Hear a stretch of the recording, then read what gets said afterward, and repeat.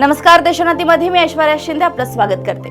महाराष्ट्रात गियन-बारे सिंड्रोम या दुर्मिळ आजाराच्या रुग्णात वाढ झाली आहे। आतापर्यंत एकूण 73 रुग्ण सापडले असून यातील 70 रुग्ण एकट्या पुणे जिल्ह्यात आहेत, तर 3 रुग्ण इतर जिल्ह्यात आहेत। महाराष्ट्राच्या सार्वजनिक आरोग्य विभागाने ही माहिती दिली आहे। या रुग्णांपैकी 14 रुग्ण व्हेंटिलेटरवर असल्याची माहितीही आरोग्य विभागाने दिली आहे। महाराष्ट्राच्या सार्वजनिक आरोग्य विभागाने या आजाराची लक्षणं आणि नागरिकांनी काय काळजी घ्यावी हेही पत्रकात नमूद केलंय। अचानक पायातील किंवा हातातील येणारी कमजोरी किंवा लकवा, अचानकपणे उद्भवलेले चालण्यासाठी त्रास, कमजोरी आणि जास्त दिवसांचा डायरिया ही 3 लक्षणं या पत्रकात सांगण्यात आली आहेत। तर आरोग्य विभागाने लोकांना काळजी घेण्याचं आवाहन केलंय। त्यात त्यांनी म्हटलंय की पिण्याचं पाणी दूषित राहणार नाही याची काळजी घ्यावी, त्यासाठी पाणी उकळून प्यावं, तसंच अन्न स्वच्छ आणि ताजं असावं, वैयक्तिक स्वच्छतेवर भर द्यावा आणि शिजलेलं व न शिजलेलं अन्न एकत्र न ठेवल्यासही संसर्ग टाळता येईल असं त्यांनी सांगितलंय। आपण या गियन-बारे सिंड्रोम बद्दल सविस्तर जाणून घेऊया।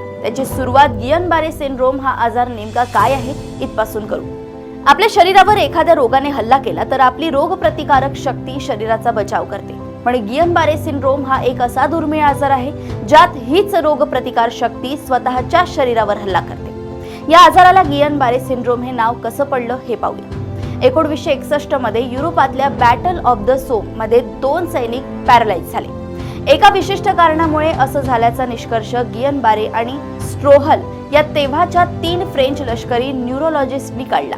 याच आजाराला आज गियन-बारे सिंड्रोम म्हटलं जातं। हा रोग अतिशय दुर्मिळ आहे। साधारण 78,000 लोकांपैकी एकाला हा सिंड्रोम होतो आणि तो का होतो याची सगळी कारणं अजून पूर्णपणे समजलीच नाही। पण बहुतेक प्रकरणांमध्ये एखाद्या विषाणू किंवा बॅक्टेरिया इन्फेक्शन नंतर हे होतं आणि रोगप्रतिकारक शक्ती शरीरावर हल्ला करते। कॅम्पिलोबॅक्टर जेनुनी सारख्या बॅक्टेरियाच्या इन्फेक्शनमुळे गॅस्ट्रोएंटेरायटिस होतो। यामुळे मळमळणं, उलट्या, जुलाब होतात। गियन-बारे सिंड्रोम मधील हे समान लक्षण आहे। काही फ्लू किंवा व्हायरल इन्फेक्शन्स नंतरही गियन-बारे सिंड्रोम होण्याची शक्यता असते।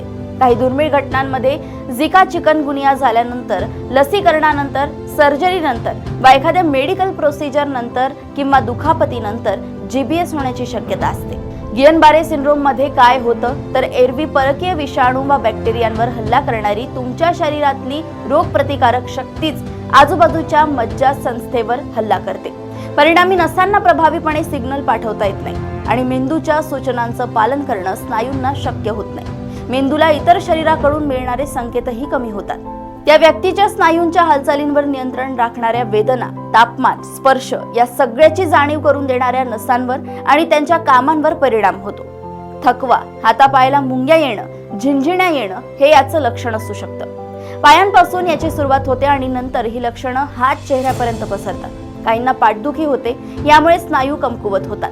हातापायातलं त्राण जातं व संवेदना जातात। श्वास घ्यायला, गिळायला त्रास होतो।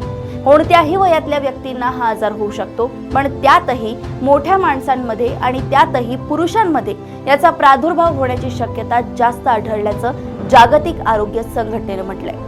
काही रुग्णांमध्ये गियन-बारे सिंड्रोम अतिशय गंभीर होऊन त्यातून पॅरालिसिस व श्वास घ्यायला त्रास होऊ शकतो, पण अगदी गंभीर स्थितीपर्यंत गेलेले रुग्णही यातून पूर्ण बरे झाले आहेत। शहरातील गियन-बारे सिंड्रोमची लागण असलेल्या संशयित रुग्णाचा मृत्यू झाल्याची माहिती समोर आली आहे।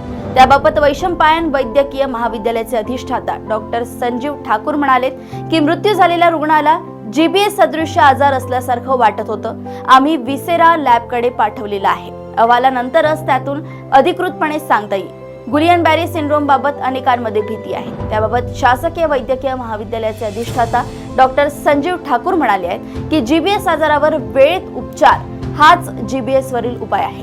जीबीएसच्या लक्षणांकडे दुर्लक्ष करू नका असं आवाहनही त्यांनी यावेळी केलंय। ठळक घडामोडींसाठी देशोन्नती न्यूज चॅनलला सबस्क्राईब करा आणि बेल आयकॉन प्रेस करा।